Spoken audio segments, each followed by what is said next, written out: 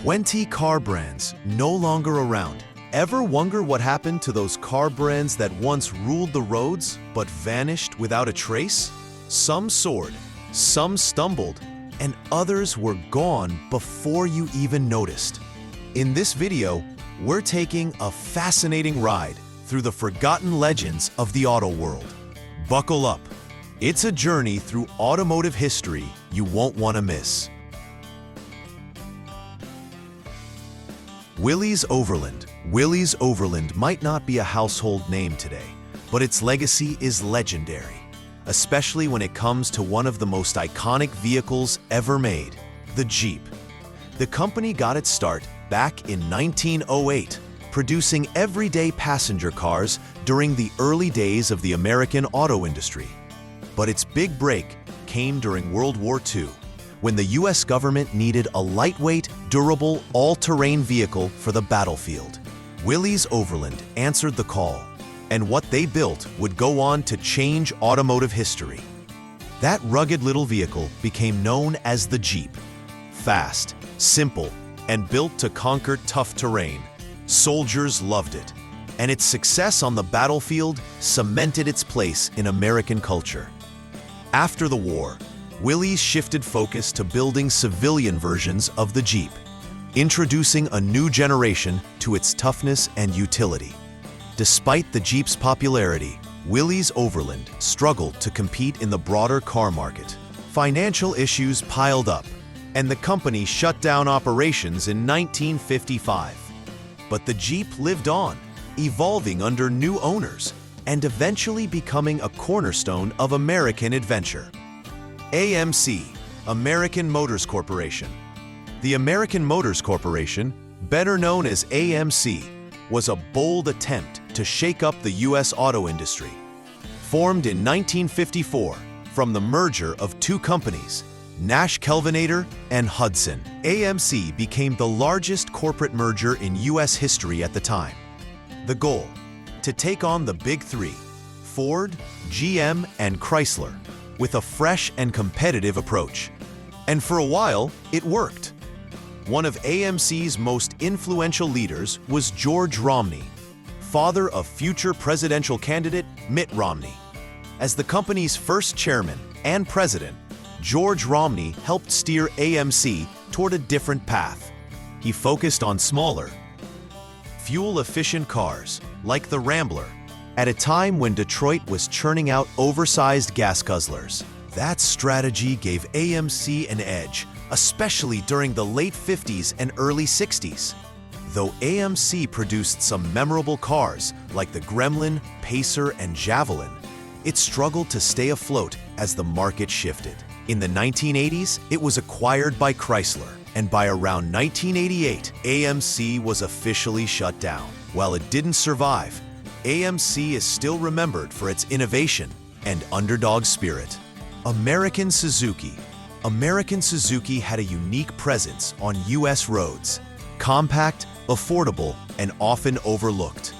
Known for producing smaller vehicles like the SX4 and the Grand Vitara, Suzuki aimed to give budget-conscious drivers a reliable alternative to more expensive brands. But despite some loyal fans and a few clever models, the company never quite found its footing in the crowded American market. In 2012, after years of sluggish sales and increasing competition, American Suzuki filed for bankruptcy and officially shut down its US auto operations. The company cited slow sales as the key reason behind the decision. While motorcycles and marine products continued under the Suzuki name, the car division in the US came to a quiet end. However, Suzuki's story didn't stop there. Its parent company, Suzuki Motor Corporation, continues to thrive in Japan and other global markets, producing cars, motorcycles, and small trucks. Though American Suzuki is gone, its parent remains a strong force in the automotive world, just not on American highways anymore. Plymouth. Let's take a ride back in time to 1928. That's when automotive pioneer Walter P. Chrysler introduced the Plymouth brand. His goal was simple: create a dependable, affordable car for the average American family. At the time, many cars were out of reach for everyday folks, and Plymouth stepped in as the budget-friendly choice under the Chrysler Corporation umbrella. It was a smart move. For decades, Plymouth produced some beloved models like the Roadrunner, the Barracuda, and the Voyager that earned loyal fans across the country. But as the years rolled by, the competition grew fierce. Market demands changed, and Plymouth started losing its unique identity. By the late 1990s, sales were slipping, and Chrysler decided to shift focus. In 2001, after more than 70 years on the road, Plymouth officially drove off into the sunset. Some of its designs and spirit lived on through Dodge and Chrysler models, but the name itself was retired. Still, for many, Plymouth remains a symbol of solid, everyday American engineering from a golden era. Pontiac. There was a time when Pontiac ruled the American roads. Born in 1926 and backed by automotive giant General Motors, Pontiac quickly carved out a reputation for building bold, exciting cars that offered both power and personality. Over the years, it delivered some serious classics. Think the muscular GTO, the sleek Firebird, the stylish Grand Prix, and the ever-popular Grand Am. These cars weren't just transportation, they were statements. Pontiac became the go-to brand for drivers who wanted performance with attitude. But even legends can fall on hard times. After decades of success, the late 2000s brought trouble. The Great Recession hit the auto industry hard, and General Motors faced enormous financial pressure. As part of a government-assisted restructuring, GM made the tough decision to cut back. Sadly, Pontiac was one of the brands that didn't survive. In 2010, the last Pontiac rolled off the line, marking the end of an 84-year run. Saab was more than just a car brand. It was a symbol of Swedish innovation and individuality. Introduced in 1945, right after World War II, Saab originally came from an aircraft company, which explains the brand's unique design and focus on safety. Their cars had a reputation for being quirky but reliable, with a loyal following around the world. Over the years, Saab changed hands several times, but each new chapter brought hope for a stronger future. In 2002, General Motors took the wheel, aiming to bring Saab into the global spotlight. But despite their efforts, the brand struggled to compete. Saab just couldn't find its place in a rapidly changing market. By 2011, production came to a halt, and for the first time in decades, no Saabs were made in 2012. In a last-ditch effort, a Swedish company bought the brand in 2013 and tried to relaunch it with electric vehicles. But the comeback didn't last. By 2014, Saab was officially shut down, this time for good. A quiet end to a brand that once soared. Mercury was Ford's answer to drivers who wanted a little more style and comfort than a basic Ford, but didn't want to spend luxury brand money. Launched in 1938, Mercury carved out its place as the middle child between Ford and Lincoln. It was designed to attract entry-level buyers who wanted something just a bit more upscale. And for a while, it worked. Mercury rolled out some standout models over the decades, like the sporty Cougar, the sleek Capri, and the dependable Sable. During its heyday, Mercury had a strong following, especially in the 60s and 70s. The brand stood for a quiet blend of performance and refinement.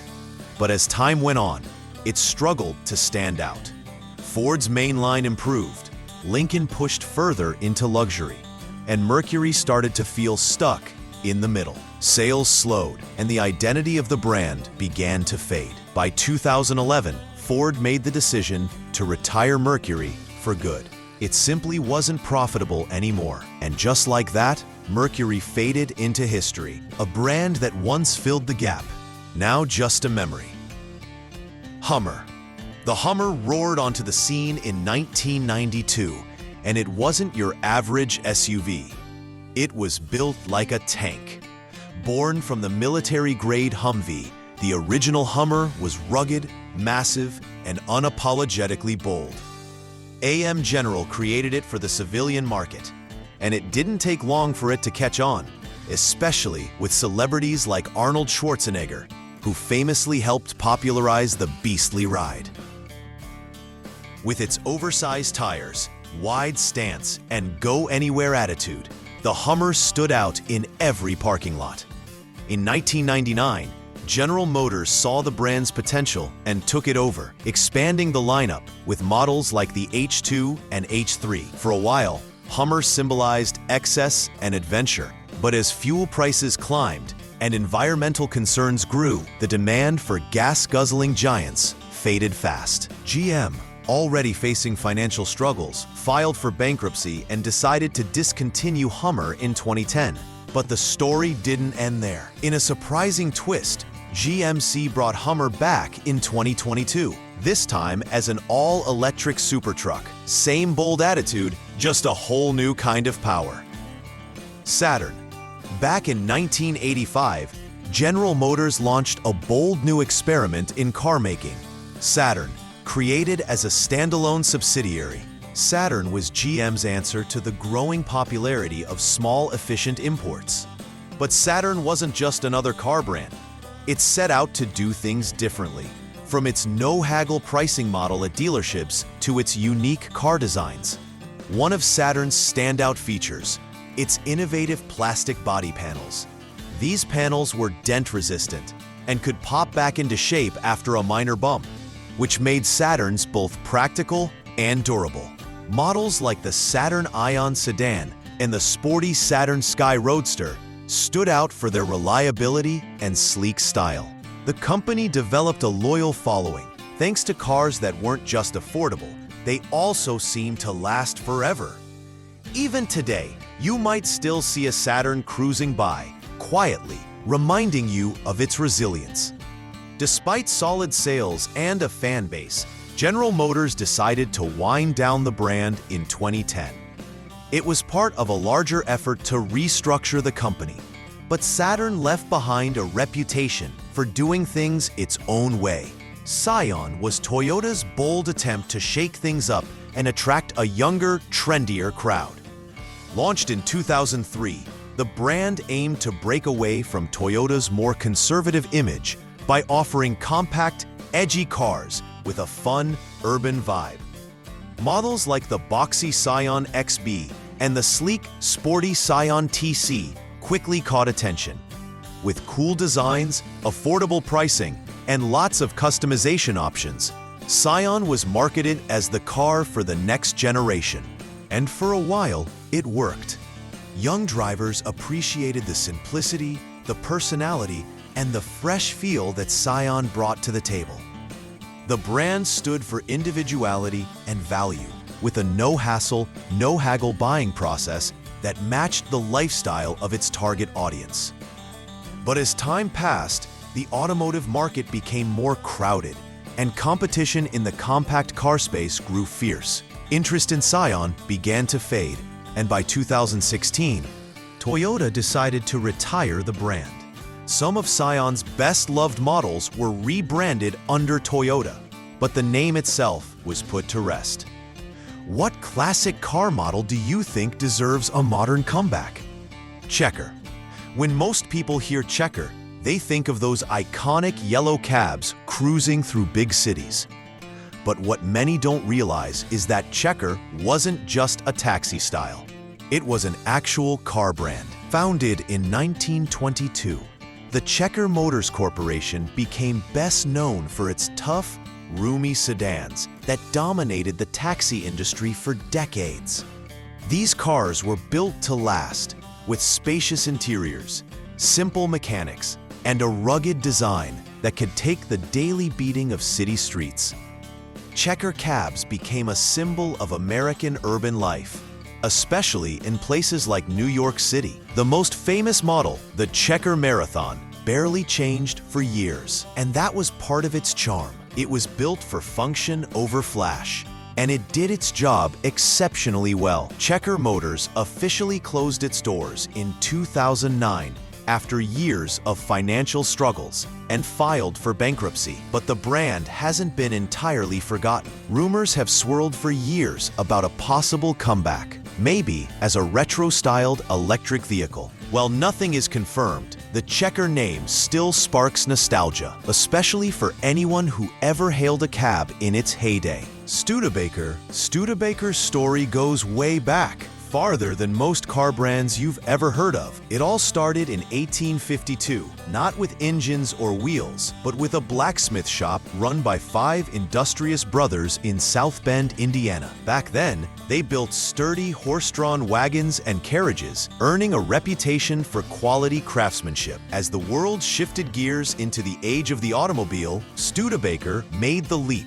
and began producing cars in the early 1900s. They were one of the few companies that successfully transitioned from the horse and buggy era into the world of motor vehicles. For decades, Studebaker stood out for its bold, stylish designs and innovation. Models like the Commander and the sleek Avanti turned heads and built a loyal fan base. But despite their legacy, Studebaker struggled to keep up with the big three: Ford, GM, and Chrysler, who could offer cars at lower prices due to their size and scale. By 1967, faced with mounting losses and fierce competition, Studebaker shut down car production. It marked the end of a remarkable 115-year journey.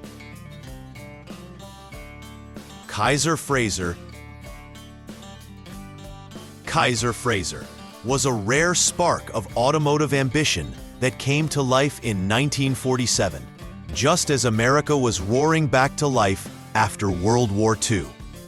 The company was born from a partnership between two powerful figures in the industry: industrialist Henry J. Kaiser and former Ford executive Joseph Frazer. Together, they formed what would become one of the very few successful post-war car companies in the US. And for a brief moment, it looked like they might just give the big three a run for their money. Their cars, including the Kaiser and Frazer models, were sleek, stylish, and loaded with forward-thinking features. They hit the market when car buyers were hungry for something new, after years of wartime shortages. And they delivered. But the success didn't last. As the post-war boom settled and the giants of the industry regained their footing, Kaiser-Frazer struggled to stay competitive. In 1953, the company merged and eventually evolved into Kaiser Motors, which later led to Kaiser Jeep. Though the original brand faded fast, Kaiser-Frazer holds a unique place in history as the only new American automaker to succeed in the immediate aftermath of World War II. DeLorean. Few car brands have captured pop culture quite like DeLorean. Founded in 1975 by former General Motors executive John DeLorean, the company produced only one car, the iconic DMC-12. With its futuristic stainless steel body and gull-wing doors that opened upward like wings, the DeLorean looked like something from another world. And thanks to its starring role as a time machine in the Back to the Future film trilogy, it became a legend far beyond the showroom floor. The DMC-12 certainly made an impression, but the company itself had a rocky road. Financial troubles plagued DeLorean Motor Company from the start, and production was short-lived. In 1982, just 7 years after launching, the company filed for bankruptcy. The same year, John DeLorean was arrested in a highly publicized drug trafficking case. Though he was later acquitted, the damage was done. DeLorean never returned to the industry and passed away in 2005. In recent years, the DeLorean brand has seen a glimmer of revival. A new electric model was announced, aiming to hit the streets in 2024. While delays have kept it in the factory for now, the dream of seeing a DeLorean back on the road isn't over just yet. Packard was once the gold standard of American luxury, long before names like Cadillac or Lincoln became household favorites. Founded in 1899, Packard built a reputation over 5 decades for producing some of the most elegant, high-end vehicles ever made in the US. These weren't just cars, they were status symbols.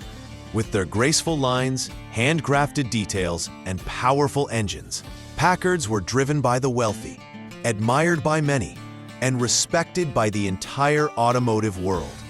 The company's motto, "Ask the man who owns one," wasn't just clever.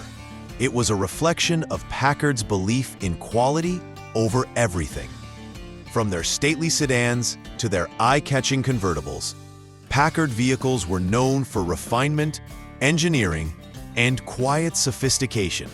But by the 1950s, the tides were changing. The brand struggled to compete with the massive marketing and production power of the Big Three automakers. Despite efforts to merge and survive, Packard built its final car in 1958. Now, more than 70 years later, Packard remains a symbol of a time when cars weren't just made, they were crafted. Thank you for watching our video. If you enjoyed it, don't hesitate to hit the like button below. DeSoto. DeSoto was once a proud member of the Chrysler family. Launched in 1928 with the goal of filling the gap between Chrysler's affordable and luxury brands. Named after the Spanish explorer Hernando DeSoto, the brand quickly made its mark by offering stylish, mid-priced vehicles that stood out for their sleek designs and forward-thinking features.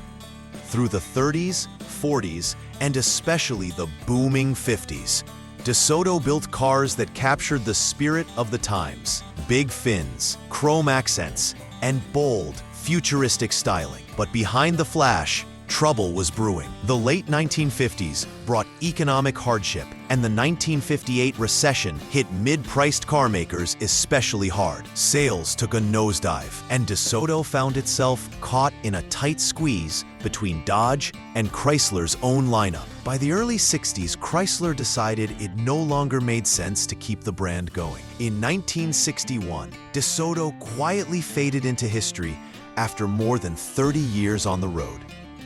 Eagle was a short-lived but memorable car brand born from a big acquisition. When Chrysler bought American Motors Corporation, AMC, in 1987, they inherited more than just Jeep. They also gained an opportunity to launch something new, and that something was Eagle. Aimed at younger drivers who wanted sporty, import-style vehicles without the high price tag, Eagle offered a fresh alternative in Chrysler's lineup during the late 1980s and 1990s. Eagle cars were often built in collaboration with international partners, blending American styling with Japanese engineering. Two standout models from the lineup were the Eagle Talon, a sleek, turbocharged coupe that turned heads, and the Eagle Summit, a compact car that offered solid performance and good value. These cars had a loyal following, especially among drivers who wanted something a little different. But despite their niche appeal, Eagle never gained the widespread success Chrysler had hoped for. With marketing focus shifting and other brands in the lineup competing for attention, Chrysler pulled the plug in the late 1990s. While the Eagle name disappeared, its sporty spirit still lives on in the memories of fans who loved its bold attempt to break the mold. Edsel. The Edsel is one of the most famous flops in automotive history, and it came from none other than the Ford Motor Company. Launched with huge fanfare in 1958, Edsel was meant to fill a gap in Ford's lineup between its standard and luxury models. Named after Henry Ford's son, Edsel Ford, the brand debuted with 8 different models, aiming to offer something bold, fresh, and futuristic. And bold it was. The Edsel featured a unique grille, cutting-edge features, and plenty of chrome. But the public didn't bite. Sales were far lower than expected, and critics weren't kind to its unconventional design. On top of that, the timing couldn't have been worse. The US was in a recession, and consumers were pulling back on spending. Despite Ford's massive investment and marketing push, the Edsel couldn't gain traction. By 1960, Just 2 years after its launch, Ford pulled the plug. The Edsel name became a symbol of overhype and missed expectations. Still, for collectors and car buffs, it's a fascinating chapter in Ford's long and otherwise successful history. Avanti. The Avanti began its life in the early 1960s as a bold, futuristic model from the Studebaker Corporation. With its sleek fiberglass body, unique design, and advanced safety features, the Avanti stood out as something truly different during an era dominated by chrome and curves. It was intended to breathe new life into Studebaker. But when the company shut down a few years later, the Avanti story didn't end there.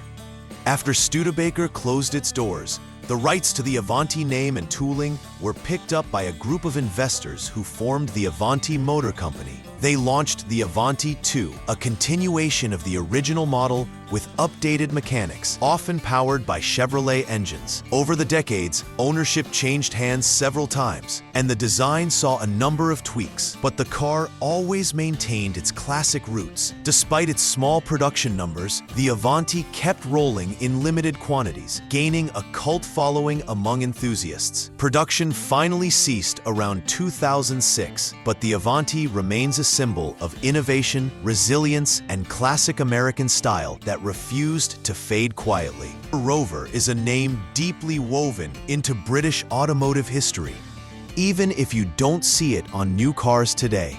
The company was originally founded in 1878, long before cars were even a thing. It actually started out making bicycles. But by the mid-20th century, Rover had become a respected name in automobiles, especially known for creating the legendary Land Rover in 1948. Designed for rugged terrain and military use, the Land Rover quickly became a global icon for durability and off-road capability. Over time, Land Rover grew so popular that it eventually spun off into its own distinct brand. Meanwhile, the original Rover name continued producing passenger cars for a while. Vehicles known more for their refined, practical style than for flashy performance. But as the years passed, the Rover brand struggled with financial issues, ownership changes, and tough competition. Eventually, the Rover brand stopped producing cars altogether. While Rover no longer exists as a standalone automaker, its legacy lives on through Jaguar Land Rover, which owns the rights to its name and history. The Rover name may have faded, but the impact it had, especially through Land Rover, remains strong on roads and trails worldwide. Tucker. The Tucker Corporation is one of the most fascinating what-could-have-been stories in automotive history. Founded in the 1940s by the bold and visionary Preston Tucker, the company set out to revolutionize the car industry with a vehicle unlike anything else on the road. Tucker had originally worked in aviation and defense, but he dreamed of building a car that was faster, safer, and more advanced than the competition. That dream became the Tucker 48, also known as the Tucker Torpedo. The car was ahead of its time, featuring innovations like a rear engine, a padded dashboard, seatbelts, and a third headlight that turned with the steering wheel. But despite the buzz, only 50 Tuckers were ever built. The company quickly became tangled in an investigation by the Securities and Exchange Commission over allegations of stock fraud. Although Preston Tucker was later acquitted, the damage was done. Investors pulled out and the company collapsed. The Tucker Corporation may have vanished, but its daring spirit and groundbreaking ideas still inspire car lovers and inventors to this day. Rambler. The Rambler name may not be rolling off assembly lines today, but it holds a special place in the history of American automobiles. The brand got its start in the early 1900s with the Thomas B. Jeffrey Company, one of the pioneering car manufacturers of the era. Rambler was known for producing dependable, modestly priced vehicles that appealed to middle-class drivers who needed something reliable and practical. In a time when the auto industry was still in its infancy, Rambler helped lay the groundwork for what would become mainstream car ownership. The company eventually changed hands and names, becoming part of Nash Motors, and later, after a major merger in 1954, it formed the American Motors Corporation, ANC. Under ANC, the Rambler brand saw a new wave of popularity, especially during the 1950s and early 60s, when compact, fuel-efficient cars were in high demand. But by 1969, AMC made the decision to retire the Rambler name in favor of newer branding. Still, the Rambler legacy lives on as a symbol of innovation, practicality, and resilience in a fast-changing automotive world. Don't forget to subscribe and share your remembers with someone who would love to learn more about this fascinating era. As always, thank you so much for watching.